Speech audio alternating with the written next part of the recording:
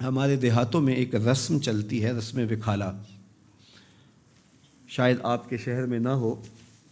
اور اس کی کوئی اور صورت یہاں پائی جا رہی ہو۔ وہ یہ ہوتا ہے کہ جب بیٹی کی شادی کرتے ہیں تو اس کو جو جہیز دینا ہوتا ہے وہ چارپائیوں کے اوپر بچھا دیتے ہیں، اور ایک خاتون کو کہتے ہیں جاؤ پورے محلے کی خواتین کو بتاؤ کہ ہماری بیٹی کا جہیز دیکھ جائیں،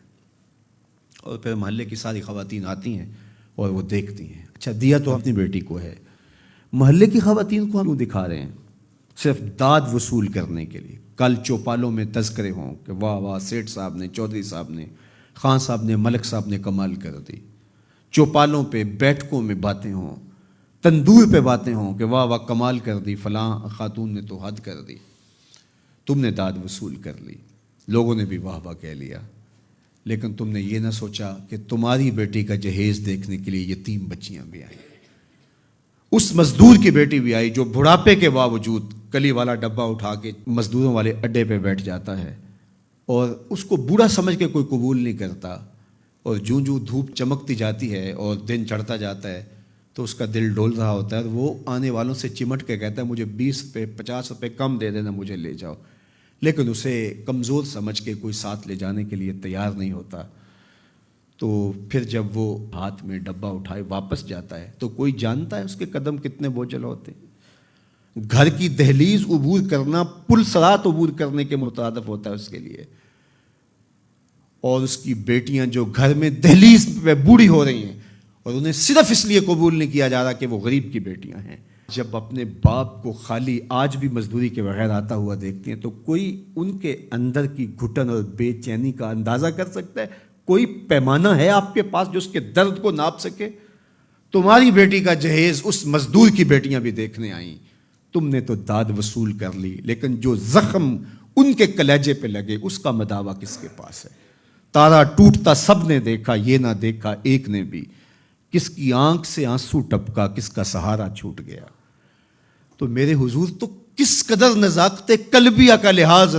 رکھنے کی تلقین کرتے ہیں کہ اپنے گوشت کی خوشبو سے غریب ہمسائے کو بھی تکلیف نہ دو۔ سید سلیم گیلانی نے لکھا تھا کہ امیر آدمی آسائش نہ چھوڑیں، نمائش چھوڑ دیں تو غریبوں کی جان سوکھی ہو سکتی ہے، لیکن ہم اپنا طرز عمل بدلنے کے لیے تیار نہیں ہوتے ہیں۔ آج جو ایلیٹ کلاس کا طرز زندگی ہے اس نے غریبوں کی زندگی کو اور اوکھا کر دیا ہے۔ میرے حضور کو میرے رب نے اختیار دیا کہ اگر آپ چاہیں تو یہ بتا مکہ سونے اور چاندی کا بن جائے، لیکن حضور نے فرمایا نہیں، کہ میں جو ہے وہ فقر کی زندگی کو اختیار کرتا ہوں۔ آج غریب حضور کو دیکھ کر کے ایک تسکین پا جاتا ہے، اور اگر حضور کی سیرت کا یہ عنوان ہمارے سامنے نہ ہوتا تو پھر بتائیے آج غریب کے لیے جائے امان کہاں ہوتی؟ میرے حضور نے غریب کے دکھ مٹانے کے لیے ایک جملہ ارشاد کیا، سنیے ذرا، کیا حکمت والے نبی ہیں۔ فرمایا کہ جو اللہ کے دیے گئے تھوڑے رزق پہ راضی ہو گیا، کہ میرے بندے تجھے ضرورت تھی تو پھر بھی میرے پہ راضی ہو گیا، تجھے بچوں کے لیے فیس چاہیے تھی، تجھے سر چھپانے کے لیے مکان چاہیے تھا، تجھے 3 وقت کا کھانا چاہیے تھا، تجھے بیمار بچوں کے لیے دوا چاہیے تھی، لیکن تو پھر بھی راضی ہو گیا کہ میرے مالک نے مجھے جس حالت میں رکھا ہے میں واہ واہ خوش ہوں۔ تو جو اللہ کے دیے تھوڑے رزق پہ راضی ہو گیا، اس کو تو ضرورت تھی پھر بھی راضی ہو گیا، بندے مجھے تو تیرے عملوں کی ضرورت بھی نہیں ہے تو میں تیرے تھوڑے عملوں پہ راضی ہو جاؤں گا۔ اور دوسرا پہلو کیا؟ جو اللہ کے دیے زیادہ رزق پہ بھی راضی نہیں ہوا، ہر وقت ناشکری ناشکری ناشکری، تو پھر وہ دیکھے کہ قیامت کے دن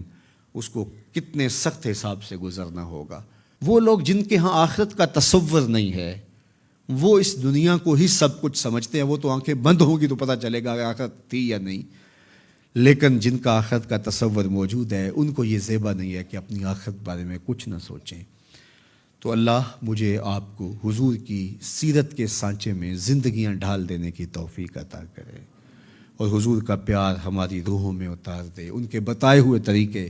ہم اختیار کریں، ہم اسلام کی ایک خوبصورت شناخت بن سکیں، اور دنیا کے جس کونے میں جائیں ہمارا کردار، ہمارا رویہ بتائے کہ ہم حضور کے غلام ہیں، حضور کے عاشق ہیں، اور حضور علیہ الصلوۃ والسلام سے محبت کرنے والے ہیں۔